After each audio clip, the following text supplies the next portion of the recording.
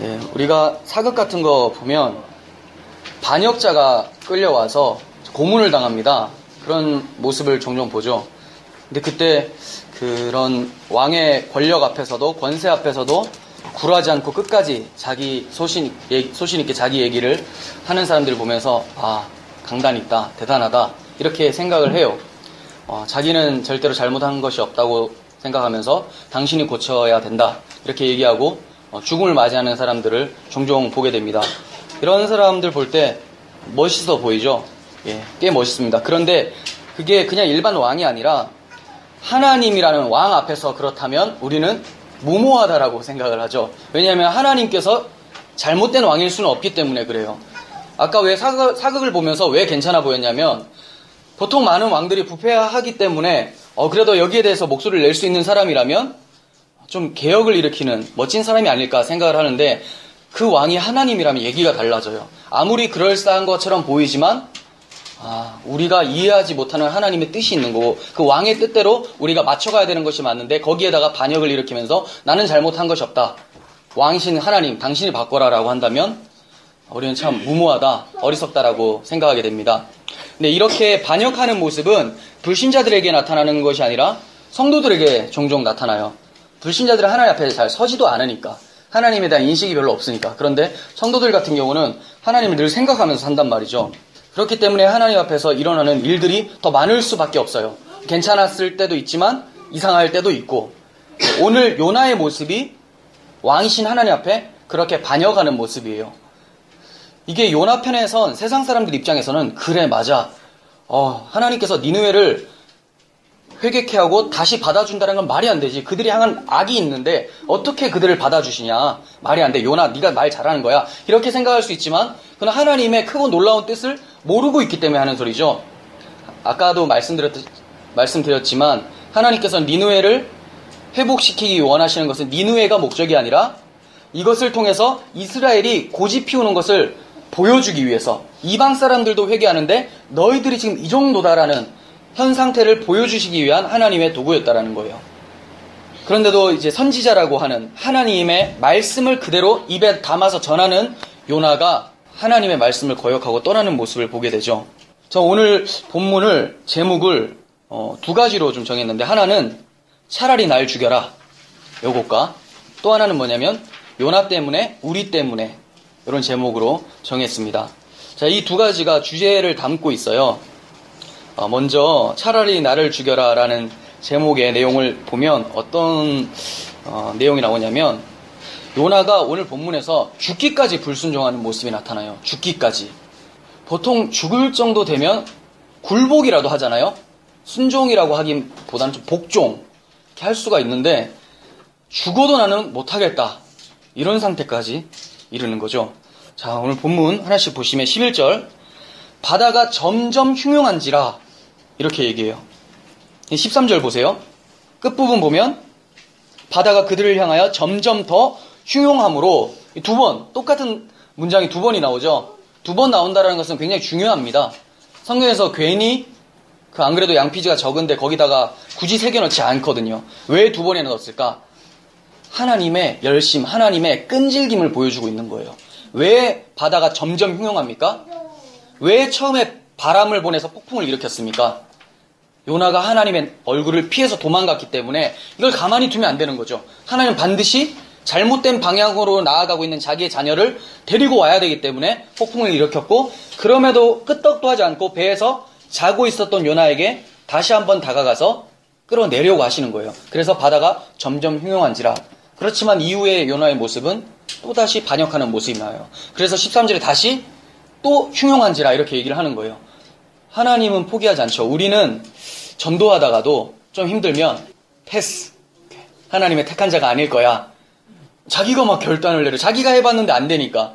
근데 우리는 택한 자일 거야 아닐 거야 이런 거는 아무 상관이 없죠. 우리한테는 아무 상관이 없는 거예요. 우리는 그냥 뚫린 입은 말하라고 있는 거죠. 복음을 말하라. 눈은 그리스도의 아름다운 영광을 보라. 하나님의 솜씨를 보라. 다 하나님을 위해서 지어진 건데 내가 좀 말하다가 힘드니까 내가 지금 사회적 지위가 어떤데 내가 전도하다 보니까 너보다 별로인 줄 아냐 하면서 갑자기 화가 막 일어나요. 그러면서 오히려 전도하다가 싸워요 막. 왜 그러냐면 자기 힘으로 전도를 하려고 하기 때문이죠. 그리고 지금 전하는 것이 하나님의 마음을 전하기보다는 내가 이 사람을 설득해서 내가 믿는 종교로 편입시키고자 하는 마음이 더 큰 거예요. 같은 생각 좀 하자. 근데 목적은 같은 생각을 하자 쪽이 아니라 하나님을 모르는데 하나님을 알게 하기 위한 영혼 구원에 대한 마음이 있다면 그 사람들은 좀 겸손함으로 다가가겠죠. 우리는 자주 포기합니다. 전도를 하면서 자주 포기하는데 하나님은 오늘 4장까지도 이제 수련회 기간에 4장은 좀 어려울 것 같아요. 3장까지 보게 될 수 있는데 끝까지 따라가서 하나님이 요나를 어떻게든 변화시키는 모습이 나타나요. 물론 끝은 요나의 고집으로 끝나긴 합니다. 하지만 하나님은 끈질기게 지금까지 따라간 하나님이 그 이후에 요나를 놓았겠습니까? 아니죠. 이 사람이 80 될 때까지 회개치 않았으면 81세 되는 날까지 또 쫓아가시겠죠. 그것이 하나님의 사랑이죠.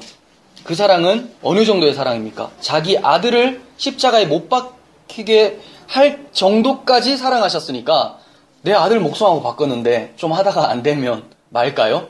아니죠. 끝까지 따라간다는 거예요. 그런 하나님의 추격이 나타나고 요나의 도망은 계속 나타납니다. 우리의 모습과 굉장히 닮아 있어요. 자, 11절. 점점 바다가 흉흉한지라 무리가 그에게 이르되 우리가 어떻게 해야 바다가 잔잔해지겠느냐. 12절. 그가 대답하되 나를 들어 바다에 던지라. 지금 요나가 대답하는 거예요.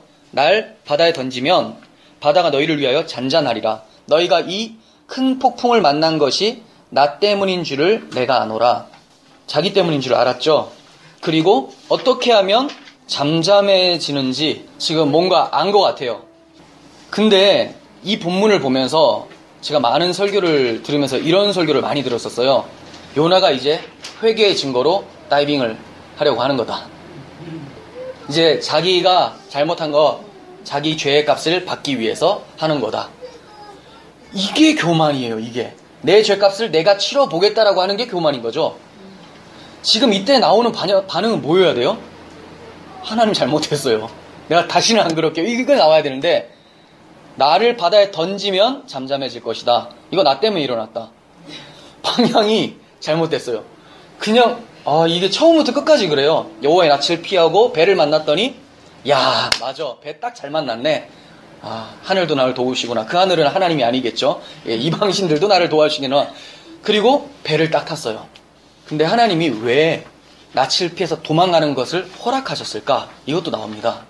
왜 허락하셨을까? 단지 요나에게만 초점이 있는 것도 아니에요. 하나님이 요나를 굳이 배를 타게 한 이유가 있어요. 이 배 사건을 통해서 이방 선원들이 하나님을 믿게 되는 역사가 있어요. 그러니까 그 예수님이 예루살렘으로 갈릴리에서 예루살렘으로 바로 가시면 되는데 굳이 사마리아를 거쳐서 지나가시는 예루살렘에서 저 위쪽이죠. 사마리아를 굳이 거쳐서 지나가는 경우가 나타나거든요. 왜 거치느냐? 거기에 수가성 여인이 맞죠? 수가성 여인이 있기 때문에 아직까지 하나님을 알지 못하는 그 여인이 있기 때문에 그 사람 구원하기 위해서 잠깐 들리는 거예요. 이것도 마찬가지예요. 요나를 하나님께서 자기 앞에서 떠나보내기 전에 그냥 바로 칠 수도 있는데 일부러 배 타게끔 하는 거죠. 요나는 내 뜻대로 수술 잘 풀린다. 배도 만나고 아주 좋다라고 생각했지만 그걸 주신 이유가 있다라는 거예요. 하나님의 뜻은 하나님이 이루어 가시는 거죠. 우리는 착각할 때가 참 많아요. 내가 하나님 앞에 순종을 하지 않으면 하나님의 일이 진행이 안 될 것이다. 내가 전도하지 않으면 하나님은 영혼 구원을 못 하실 거고, 내가 교회 청소를 하지 않으면 교회는 계속 더러워질 거고, 또 내가 선교하지 않으면, 선교하러 나가지 않으면 이방 사람들 절대로 예수를 못 믿을 거다. 이렇게 생각을 해요. 근데 과연 그럴까요? 중요한 것은 그 사람이 성도라면 하나님은 그 사람을 바꿔서라도 보내죠. 바꿔서라도 청소시키고, 청소하라는 게 아니에요. 우리 교회 청소할 거 없어요. 자, 그리고 어떻게든 선교를 보낼 수 있도록 마음을 변화시키죠. 근데 그 사람이 끝까지 거절한다 해도 하나님의 뜻은 이루어져 나갑니다. 이게 오늘 본문이에요. 요나는 끝까지 하나님을 피해서 도망을 가지만 그것을 들어서 악을 선으로 갚으셔서 이방 선원들을 하나님 믿도록 만들어주시는 하나님의 역사가 있다는 거죠. 그러니까 우리는 그냥 하나님 말씀에 순종하면서 지어져 가는 것이 가장 최상의 방법인 거죠. 하나님 앞에 거절한다고 해서 누구 손해냐면 내 손해죠. 왜냐하면 하나님 어차피 뜻을 이루세요. 그러면 우리가 이런 질문이 생겨요. 그러면 우리가 순종해야 될 이유가 뭐냐? 내가 안 해도 하나님은 어차피 뜻을 다 이루시는데 왜 내가 순종을 해야 되냐? 이런 질문부터가 그 안에 성경이 없을 때 나오는 질문이긴 한데, 자, 이런 질문에 성경적 답변을 드린다면 하나님께서는 우리의 순종을 통해서 우리의 덕을 보려고 하시는 것이 아니라 그 사람의 신앙 상태가 어떠한지를 그 사람 당사자에게 보여주시기 위함이라는 거예요. 이해가 되세요? 아브라함이 100세 이삭을 낳았어요. 굉장히 소중한 자식이죠. 근데 거기 본문 앞에 이렇게 말씀이 나와요. 하나님이 아브라함을 시험하여 말씀하시는데 산에 가서 이삭을 번제로 드려라 이렇게 얘기해요. 시험해서. 그러면 사람들은 하나님이 아브라함이 어떻게 행동할지를 몰라가지고 시험하신다고 얘기를 하는 건가? 하나님이 어떠한 새로운 정보를 입수하기 위해서 이 사람을 체크하는 건가? 테스트하는 건가? 근데 그게 아니에요. 아브라함은 자기가 하나님 앞에 이삭을 드림으로써 내 신앙이 하나님 앞에서 철저하게 순종되어지고 있는 삶이란 걸 발견하게 돼요. 그전에는 끝까지 하나님을 거역하고 막 애굽에 내려갔다가 아내 팔아먹고 막 이런 일들이 있었는데 하나님께서 그 사람의 인생 속에서 어떻게 그를 끌고 왔는지 그를 계속해서 훈련을 시켰기 때문에 나도 모르는 사이에 말도 안 되는 이삭을 제단에 바치라는 소리를 듣고 하고 있는 자기를 발견하게 되는 거죠. 물론 하나님께서는 이삭을 받지 않고 어린 양을 준비해 두시죠. 이것을 통해서 하나님은 우리의 순종을 통해서 하나님의 일을 이루기 위함이 아니라 순종하는 우리 자신에게 은혜를 입게 하기 위해서 순종케 하라는 거죠. 순종하라고 말씀하고 계시는 거예요. 그런데 우리는 내가 뭔가 순종을 해주면 하나님 뭔가 큰 이익을 받을 거라고 많이 생각을 합니다. 절대 그렇지가 않습니다. 성경은 이렇게 말씀합니다. 왜 우리에게 순종케 하라고 하시는가? 신명기 8장 3절에서 6절 한번 보겠습니다. 프린트물이 있어요. 첫 번째 페이지 오른쪽에 제일 위쪽에 있을 것 같아요. 신명기 8장 3절에서 6절. 너를 낮추시며 너를 줄이게 하시며 너도 알지 못하며 내 조상들도 알지 못하던 만나를 내게 먹이신 것은, 자, 출애굽 광야 40년 동안 하나님이 배고프게 하시고 겸손케 하시고 아무도 알지 못하는 하늘에서 떨어지는 만나를 먹이게 하신 것은 사람이 떡으로만 사는 것이 아니요 여호와의 입에서 나오는 모든 말씀으로 사는 줄을 알게 해주시려고. 그죠? 알게 해주시려고. 그리고 이 40년 동안 내 의복이 헤어지지 아니하였고 내 발이 부르트지 아니하였느니라. 너는 사람이 그 아들을 징계함 같이 내 하나님 여호와께서 너를 징계하시는 줄 마음에 생각하고 내 하나님 여호와의 명령을 지켜 그의 길을 따라가며 그를 경외할지니라. 아멘. 하나님께서는 우리에게 여러 가지 환난과 고통을 허락해 주시는데 그 이유가 순종하는 유익이 무엇인지를 보여주시기 위해서 이런 것들을 허락하신다라는 거예요. 왜 광야에서 그렇게 줄였습니까? 하나님 말씀을 순종했을 때 유익이 무엇인지를 보여주기 위해서. 세상의 힘으로 사는 것이 아니라 하나님의 입에서 나오는 말씀으로 산다라는 것을 깨닫게 하기 위해서 하나님은 광야 40년 동안 훈련시켰던 거죠. 요나에게도 지금 이런 훈련의 기간인 거예요. 물론 훈련 기간이 굉장히 짧죠. 배 타고 내릴 때까지. 그리고 나서 이제 니노에게 전하고 또 이제 불평을 토로하거든요. 그때 또 하나 보여주시는 거. 이게 4장의 내용인데 짧습니다. 이 짧은데도 하나님께서는 하나님의 의지가 어떠한지를 우리에게 보여주고 계세요. 그런데 요나는 이렇게 하나님 앞에서 반역을 하면서 떠나가고 있는데 13절 보시면 이방 선원들의 반응은 좀 특이해요. 지금 요나가 자기가 바다에 던져지기만 하면 바다가 잔잔해진다라는 걸 얘기했다면 제비도 그렇게 뽑았는데 요나가 나왔잖아요. 그렇다면 보통 바로 던져버려야 되는 것이 맞죠. 왜냐면 자기들이 죽으니까. 근데 이방인들은 그렇게 하지 않았다라는 거예요. 13절. 그러나 그 사람들이 힘써 노를 저어 배를 육지로 돌리고자 하다가 바다가 그를 향하여 점점 더 흉흉함으로 능히 못한지라. 예, 하나님께서 이거 만약에 노를 돌려서 갔다면 요나는 회개하지 않고 또 그 길로 가는 거예요. 가만히 두지 않았어요. 점점 더 흉흉하게 해서 인간의 능력으로는 배를 돌릴 수 없음, 이거를 보여주시는 거죠. 이방 선원들은 이렇게 자기의 목숨이 아니더라도 살리려고 애를 쓰는데 하나님의 백성은 완전히 영적으로 잠들어 있는 모습이 보여집니다. 그리고 14절 무리가 여호와께 부르짖어 이르되. 이거 이상하지 않아요? 아까 앞에서는 무리가 각자 자기 신들에게 불렀어요. 기도했어요. 이제 바뀌었어요. 하나님께서 바다와 바람을 잠잠케 하시는 분이라는 걸 알았던 거죠. 이제 하나님께 기도하고 있습니다. 예, 하나님께서 배를 타게 하는 이유 중에 하나가 이거죠. 요나의 교훈, 그리고 이방 선원들을 하나님 앞으로 돌아오게 하려고 하는 하나님의 뜻. 자, 여호와께 부르짖어 이르되 여호와여 구하고 구하오니 이 사람의 생명 때문에 우리를 멸망시키지 마옵소서.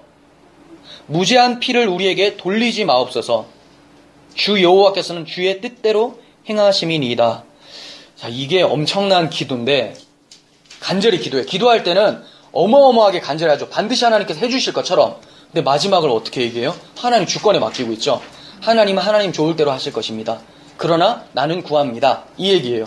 성도의 기도를 지금 이방 선원들이 하고 있어요. 여호와를 찾으면서. 요나는 어떻게 합니까? 나 그냥 던져라. 뭔 기도냐? 던져라. 네, 이거죠. 던져라. 그래서 던집니다. 던져줘야 되죠. 왜냐하면 하나님이 점점 더 흉흉하게 하심으로 다 죽이려고 하니까. 예, 던집니다. 던지니까 바다가 금방 그쳐버려요. 그 사람들이 여호와를 크게 두려워하여 여호와께 제물을 드리고 서원을 하였더라. 이제 그리스도인이 된 것 같죠. 하나님 백성이 완전 돼버렸어요. 그 사람들이 여호와를 크게 두려워하여. 처음에는 폭풍을 두려워했었죠. 바람을 두려워했다가 이제 여호와의 손이 두려워했다가 이제 이 모든 것을 주관하시는 여호와를 보고 기도하고 그친 것을 보면서 하나님께 모든 주권이 있다라는 것을 고백하게 됩니다. 여호와를 크게 두려워하여 제물을 드려요. 제물을 드렸다라는 것은 도착했다라는 거예요. 도착했다. 도착하고 서원을 했어요. 무엇을 서원했을까요? 이제 하나님 백성으로 살겠습니다. 뭐 이런 서원을 했겠지 않습니까? 하나님께서는 이방 선원들, 그냥 지나칠 수 있는 이방 선원들까지도 되돌아오게 하시는 분이시라는 거예요. 그런데 이것은 이방 선원들에게 또 초점이 있다기보다는 성경이 좀 복잡한데 보세요. 니느웨를 회복시키는 이유가 이스라엘 백성이 회복하지 않자 이들도 회개하는데 너희들 왜 그러냐? 이거 보여주기 위함이죠. 요나가 회개하지 않자 이방 선원도 회개하는데 너 왜 회개 안 하냐? 이거예요. 그러니까 개인적으로 소수의 모습들이 변하고 뒤에는 큰 나라가 변하고 이것을 대조적으로 비춰주고 있는 거죠. 그러니까 1장의 내용은 뒤에 4장의 내용하고 거의 같습니다. 동심원 구조라고도 하는데 위에 1장과 4장이 같은 앞뒤를 싸고 있는 그런 내용을 가지고 있죠. 수미쌍관법이네요. 동심원 구조가 아니라. 이런 거 몰라도 돼요. 신학교에서 배우는 거라서 아무 도움이 안 됩니다.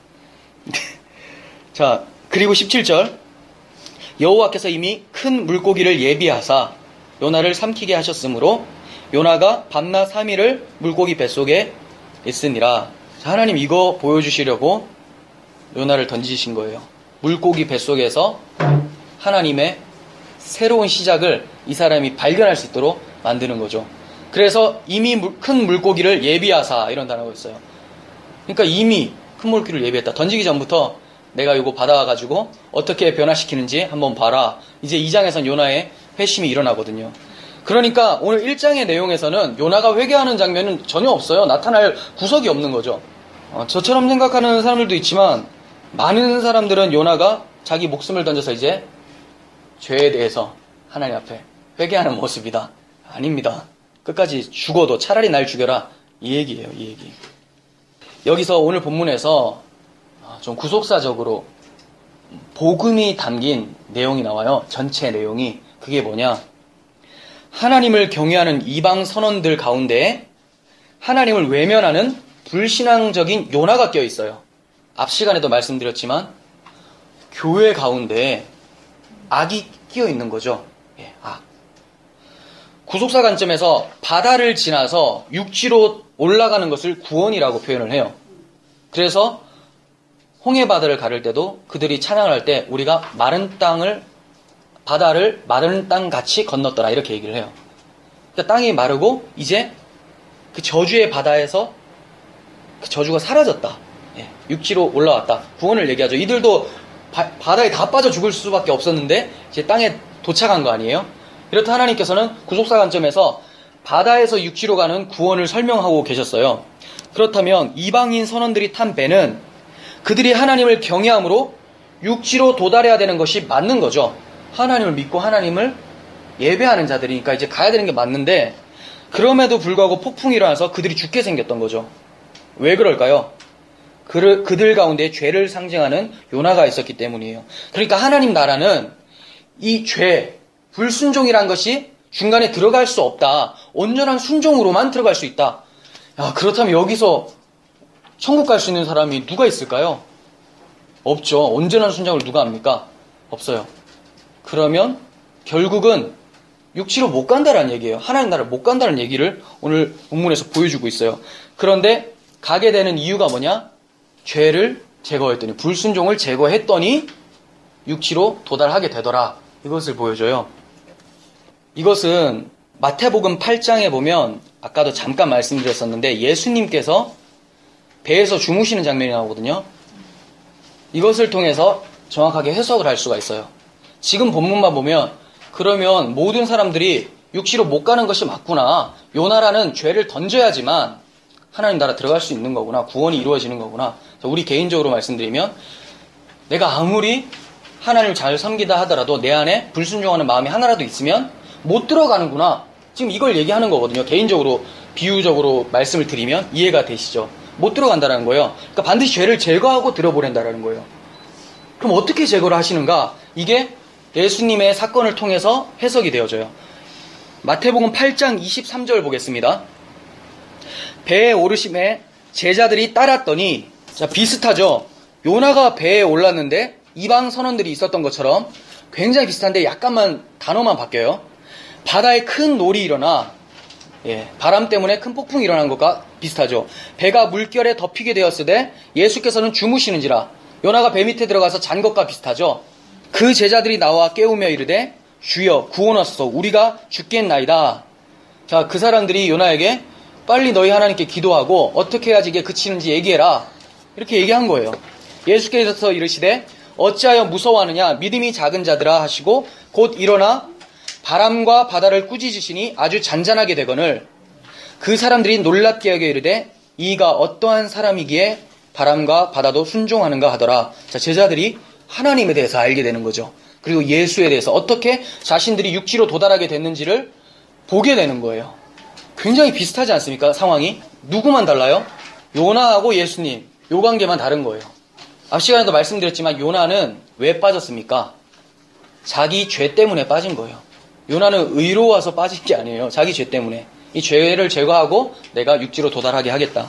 근데 우리 주님은 죄가 없으신데도 그들의 죄가 되셔서 던져지신 거예요. 그렇다면 주님께서 그 배에서 던져지지는 않았지만 죄인인 제자들이 육지로 도달할 수 있었던 것은 예수님의 희생이 있었음을 암시하는 거죠. 오늘 본문에서는 좀 말이 길었나요? 자, 요나가 던져졌으면 예수님도 던져져야 되는 거잖아요. 근데 예수님이 안 던져진단 말이에요. 근데 육지로 들어가. 그렇다면 예수님의 어떠한 던져짐의 희생이 있었다라는 것을 암시를 하고 있는 거죠. 본문에서는 말을 하고 있지 않지만. 왜냐하면 죄가 있을 땐 절대로 못 가요. 요나 탄 배에서는 요나가 죄였고 예수님 탄 배에서는 제자들이 죄인 거예요. 근데 제자들이 안 던져지고 육지로 들어가게 돼요. 예수님도 안 던져졌어요. 근데 육지로 들어가게 됩니다. 이건 뭘 가리키고 있는 거예요. 예수님을 통해서 뭘 보여주시려고. 예수님께서 던져진 사건이 있어요. 바다에 던져지는 것보다 더 비참한 던져짐이 골고다 십자가에서 있었던 거죠. 그런 예수님의 십자가 사역을 통해서 배가 육지로 들어가게 된다는 것을, 즉 성도가 구원에 이르게 된다는 것을 보여주는 거예요. 여러분들이 스스로 아무리 내 죄를 없애보겠다고 발부둥 쳐도 우리 안에는 하나님을 대적하고자 하는, 내가 왕이 되고자 하는 마음들이 다 구석구석 숨어 있다는 거죠. 그럼 아무도 하나님 나라에 못 들어간다는 걸 얘기하는데 어떻게 제자들이 들어갔냐? 예수님의 던져짐, 즉 십자가에서 우리를 위해서 대신 죽으심으로 나의 죄가 십자가에서 청산이 되었기 때문에 들어가게 된다는 것을 얘기를 하고 있는 거예요. 이해가 되십니까? 요나가 바다에 던져져서 물고기 뱃속에서 3일을 있었던 것처럼 우리 주님도 무덤에서 3일을 계셨어요. 그렇다면 주님께서 배에 던져지지 않았지만 죄인인 제자들이 육지에 도달할 수 있었던 것, 이건 바로 십자가 사건을 얘기하는 거죠. 이방 선원들이 요나의 희생으로 구원을 얻었습니다. 그러나 요나는 자기 죄로 던져진 거예요. 그러나 우리 주님은 우리 죄 때문에 던져진 겁니다. 우리가 이 예수를 천국으로 항해하는 배의 선장으로 모시지 않는다면 우리는 풍랑을 만나서 바다에 빠질 수밖에 없는 자들이에요. 저주의 바다의 진노를 잠잠케 하시는 그리스도의 십자가 공로와 하나님의 사랑을 찬양하는 것, 이것이 성도의 마땅한 반응인 것이죠. 우리의 구원의 과정에서 죄가 청산될 때는 굉장히 괴롭고 힘듭니다. 다른 말로 바꿔드리면 우리가 구원의 배를 타고 항해하는 과정에서 하나님의 항구, 우리가 바라보고 있는 그 바라는 항구에, 하나님 나라라는 항구에 도착하려면 굉장히 힘들고 괴로운 일이 발생한다라는 거예요. 그게 뭐냐면 죄 죽임이라는 거죠. 죄 죽임이 근데 어떻게 발생됩니까? 예수의 십자가에서 죄 죽임이 발생돼요. 그렇다면 여러분들은 어떻게 죄를 죽일 거예요? 이제 죄가 십자가에서 끝났는데 이제 우리 마음에서 계속 일어나는 이 죄들을 어떻게 없앨 거예요? 십자가를 바라보라는 거죠. 하나님께서 우리를 사랑하셔서 당신의 아들을 죽이면서까지 우리를 구원해내신 그 사랑을 바라볼 때 죄 짓고 싶은 마음이 사라지게 됩니다. 그렇게 억누르는 거예요. 그렇게 죽이는 거예요. 반을 찔러가면서 내가 하면 안 되지. 피범벅이 되죠, 그냥. 그래서 그 자리에서 과다출혈로 죽을 수도 있죠. 근데 그 출혈을 예수님께서 흘리신 거예요, 십자가에서. 그거 보고 믿으라는 거죠. 근데 우리 주님 나 때문에 죽었는데 그 십자가 바라보면서 그래, 주님이 죽어주셨으니까 내가 이 죄를 지어도 괜찮겠어. 이런 자가 있을 수 있을까? 없다라는 거죠. 그러니까 우리가 날마다 복음을 알아야 되고 하나님의 사랑이 십자가에서 어떻게 나타났는지를 배워야 되는 거예요. 우리 대장 예수님이 우리 앞에서 그 저주를 몸소 받으시고 이제 새로운 부활로 우리를 하나님 나라로 하나님께서 이끄시는 그 항구로 인도해 주실 줄을 믿습니다. 우리가 마지막으로 시편 107편을 통해서 풍랑의 바다에서 구원하셔서 우리가 바라는 항구로 마침내 인도하시고야 마시는 하나님의 사랑을 기억했으면 좋겠습니다. 한번 보겠습니다. 시편 107편 23절에서 32절까지. 23절, 배들은 바다에 띄우며 큰 물에서 일을 하는 자는 누구 생각납니까? 오늘 요나와 함께 타고 있었던 뱃사공들 생각나죠? 예, 배의 선원들은 여호와께서 행하신 일들과 그의 기이한 일들을 깊은 바다에서 보나니, 자, 이 사람들이 봤어요. 그죠? 25절, 여호와께서 명령하신즉 광풍이 일어나 바다 물결을 일으키는도다. 그들이 하늘로 솟구쳤다가 깊은 곳으로 내려가나니 그 위험 때문에 그들의 영혼이 녹는도다. 그들이 이리저리 구르며 취한 자같이 비틀거리니 그들의 모든 지각이 혼돈 속에 빠지는도다. 이에 그들이 그들의 고통 때문에 여호와께 부르짖음에 그가 그들의 고통에서 그들을 인도하여 내시고 광풍을 고요하게 하사 물결도 잔잔하게 하시는도다. 하나님께서 고통을 주시는 이유가 있죠. 그것으로 인해서 여호와를 찾으라고. 우리 삶 속에서 하나님이 풍랑을 일부러 막 일으킬 때가 있어요. 요나 보고 정신 차리라는 거죠. 선원들이 하나님을 알라고 주시는 거예요. 왜냐하면 그 고난이라는 것은 하나님의 아주 중요하고 귀한 도구기 때문에, 교육용 도구기 때문에 그렇습니다. 우리는 그걸 원치 않지만 하나님은 자기 아들을 회초리를 때려서라도 어떻게든 제대로 된 자기 자식으로 만들기 위해서 우리에게 고난을 허락하신다라는 거죠. 30절, 그들이 평온함으로 말미암아 기뻐하는 중에 이제 바뀌었어요. 아까는 두려워 떨었고 광풍 속에서 죽은 것 같았는데 평온함으로 말미암아 기뻐하는 중에 여호와께서 그들이 바라는 항구로 인도하시는 도다. 여호와의 인자심과 인생에게 행하신 기적으로 말미암아 그를 찬송할지로다. 백성의 모임에서 그를 높이며 장로들의 자리에서 그를 찬송할지로다. 아멘. 여러분, 이런 찬송이 여러분들에게 나옵니까? 뭐 때문에 찬송하라고 해요? 여호와의 인자하심, 사랑이에요. 인생에게 행하신 기적으로 말미암아 그를 찬송하라. 뱃사공들에게는 자기를 풍랑의 바다에서 안전하게 육지로 도달하게 해주신 하나님. 우리는 이 세상이라는 풍랑의 바다에서 침몰당하지 않고 세상 가치관에 잠식돼서 사탄의 종로로 타는 것이 아니라 하나님께서 우리가 바라고 있는 항구로, 하나님 나라로 예수 십자가를 통해서 인도하신다라는 것을 알게 되는 거죠. 이것이 인생에게 행하신 기적인 거고 여호와의 인자하심이에요. 기적이란 것은 누누이 말씀드리지만 뭐 죽은 자가 살아나는 것, 이거 기적이 아니에요. 말씀드렸잖아요. 죽었는데 살아났어요. 20년 살다 또 죽어요. 기적 아니죠. 목숨 연장이었죠, 연장. 나무가 뿌리에서 뽑혔어요. 땅에서 뿌리에서 뽑혔는데 죽은 거죠, 죽은 거. 시간만 지나면 이제 말라 비틀어져요. 살 수 있는 방법은 다시 꽂아야 돼요. 근데 죽은 상태에서 수액만 더 주는 거예요. 죽죠. 조금 있으면 죽어요. 이게 죽은 자 살리는 기적이에요. 이거 기적 아니라는 거예요. 여러분 병 고치는 거 하나님이 하셨다고 막 찬양하잖아요. 하나님이 하실 수 있죠. 근데 이게 주가 돼버리면 진짜 기적을 모르는 거예요. 진짜 기적은 뭡니까? 영원히 하나님 앞에서 멸망당해야 될 죄인이 하나님이 자기 아들을 영원히 하나님 눈에서 지워버리시고 3일간이죠. 지워버리시고 우리를 영원한 하나님의 나라로 이끌으셨다라는 거. 이제 여러분들이 죽어도 살겠고라는 고백이 나올 수가 있는 거죠. 그래서 그리스도인들은 세상을 두려워하는 자들이 아니에요. 왜냐하면 내 목숨이 그리스도 하나님 안에 감추어져 있기 때문에 그 어떠한 것도 우리의 목숨을 빼앗아 갈 수 없다는 걸 알고 있기 때문에 죽어도 산다라는 거예요. 죽으면 바로 뭘 봅니까? 하나님 나라에서 안식하게 되는 거죠. 그럼 이 땅에서는 어떻게 삽니까? 이 땅도 하나님께서 허락하신 천국을 살아가는 거예요. 그렇지만 방해하는 요소들이 너무 많잖아요. 그 가운데서 터져나온 탄식이 하나님, 온전한 하나님의 나라 이걸 누렸으면 좋겠습니다. 주님 오세요.